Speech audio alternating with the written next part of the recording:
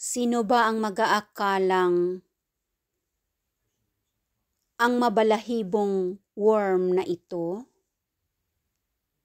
ay magiging super gandang butterfly at moth? Mga manok, huwag niyong tutukain ang caterpillar na ito. Naghahanap siya ng kanyang masasabitan na branch. Ayan, at babagtasin niya ang sands na yan, nakakulay niya. Super mabalahibo, mahaba at napakagandang worm or caterpillar. Saan ka pupunta? Very busy siya sa paghahanap ng kanyang masasabitan dahil gusto na niyang mag-transform as a butterfly. Ayan. Sana lang ay hindi matagpuan ito ng mga manok at mga ibon. Otherwise, ikaw ay pagkain nila. Pero mayroong mag-a-adapt sa iyo, magandang mabalahibong uod. Kahit nga siya ay takot sa uod, sabi ko alagaan nyo yan dahil napakagandang paro-paro ang magiging pet ninyo. Ayan. Busy pa rin siya sa paggapang wala siyang mahanap na sanga or anumang puno or anumang pwede niyang makakapitan. Kaluluoy naman ang caterpillar na ito. Kasi talagang magta-transform na siya as a paro-paro. Ang ganda, diba? Huwag kayong matatakot sa mga caterpillars kasi magta-turn sila as napakagandang paro-paro. Ayan, kaya siya umaangat ng ganyan, naghahanap siya ng makakapitan niya. Kasi pag nakakapit na siya ay gagawa na ng kanyang mga silk para siya ay magkakaroon na ng cocoon. Ayan.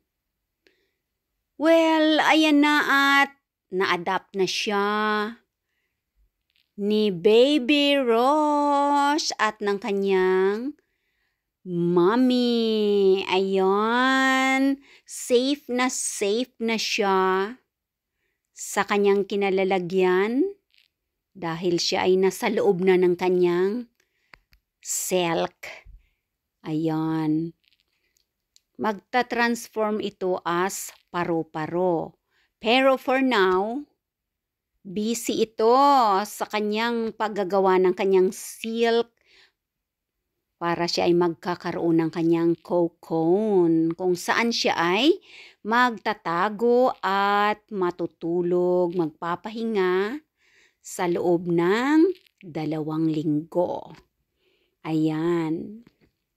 Busy pa rin siya, gumagalaw-galaw pa rin siya sa loob ng kanyang cocoon. Ayan. O diba? Busy. Ayan, abangan ang napakagandang moth na lalabas sa worm na ito. Ayan. Thank you sa nag-adapt sa'yo kasi hindi ka nakita ng mga manok at ikaw ay magiging magandang paro-paro. Ayan, sino ang mga takot dyan sa uod? Sa worm. Huwag kayong matatakot ha dahil tunghayan ninyo itong pag-adapt ni Baby Rose at ng kanyang mommy hanggang sa ending ng video na ito. Dahil ang nakakatakot na uod soon become a beautiful butterfly. Ayan, magpapahinga ng 2 linggo. Minsan, depende rin kung anong klaseng caterpillar or paro-paro bago lumabas sa kanyang cocoon. Ayan, nagpapahinga sa kanyang silk. Napakalaki at sorpresa lang kung anong klaseng butterfly ang lalabas pag ito ay ready nang lumabas sa kanyang cocoon. Ayan. Kaya huwag kayong matatakot sa mga caterpillars dahil sila ay magagandang mga paru-paro kapag sila ay ready nang lumabas at magpakita ng kanilang kagandahan. Ayun, amazing nature talaga, di ba? Ayan, at nandyan siya sa loob ng kanyang jar. Safe na siya habang gumagawa pa rin siya ng kanyang silk para kumapal pa ang kanyang cocoon. Ayan. Abangan, huwag kayong kukurap, mga palanggingging. Dahil ang kinatatakutan ninyong caterpillar na mabalahibo ay turn into a really pretty moth. Ayan. Busy pa siya. At pag ganito na, hindi na yan kakain. Kasi ready na siyang mag-transform na paro-paro. Ayan. Mabuti na lang at natagpuan siya nang nag-adapt sa kanya na gumagapang siya sa sands dahil naghahanap siya ng kanyang makakapitan. Ayan, nasa loob na siya. Nagpapahinga na siya. Tapos na yata ang paggawa niya ng kanyang cocoon. At eto na siya. After 2 weeks, ayan, butterfly na siya, diba? At nagkaroon pa siya ng maraming itlog.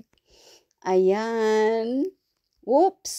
Nagpa-practice na siyang lumipad.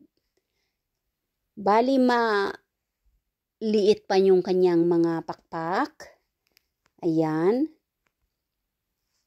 Mabilis pa yung kanyang pagkilos dyan dahil basa pa yung kanyang mga pakpak. Kita ninyo how pretty.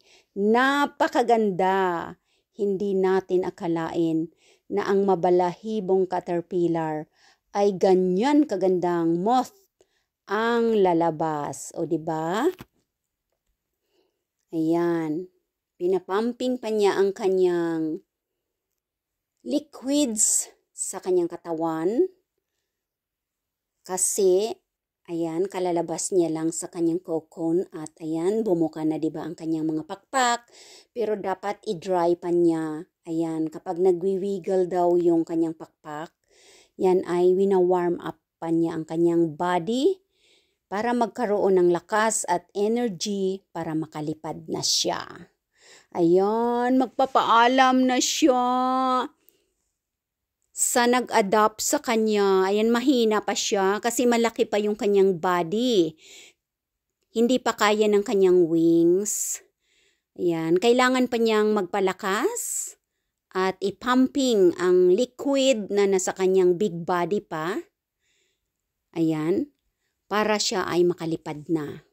Naghahanap siya ng makakapitan. Kasi dapat yung makakapitan sana ay yung magaspang na sanga. Ayan. So, naghanap siya ng makakapitan niya para ma-dry ang kanyang mga pakpak at ma-burst out pa niya yung kanyang liquid sa kanyang big body. Kasi big body pa siya. Ayan, hindi pa kaya ng kanyang pakpak na ilipad ang kanyang big body. So, ayan, magpapatuyo pa siya. At syempre, yung kanyang pakpak ay close open para matuyo at ang kanyang malaking katawan ay medyo lumiit ng konti para siya ay mag-adyos. Kapalaran na kay Baby Rose at sa kanyang mommy na nag-adopt. Ayan, super ganda, di ba?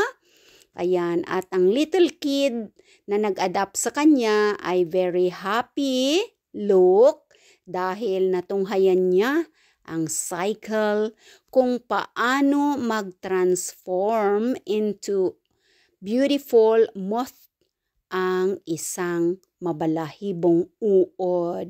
O di ba, Baby Rose? Ayan. At malapit-lapit na siyang lumipad. So, maaaring hindi na siya babalik, never, dahil siya ay gagawa ng marami pang mga paro-paro.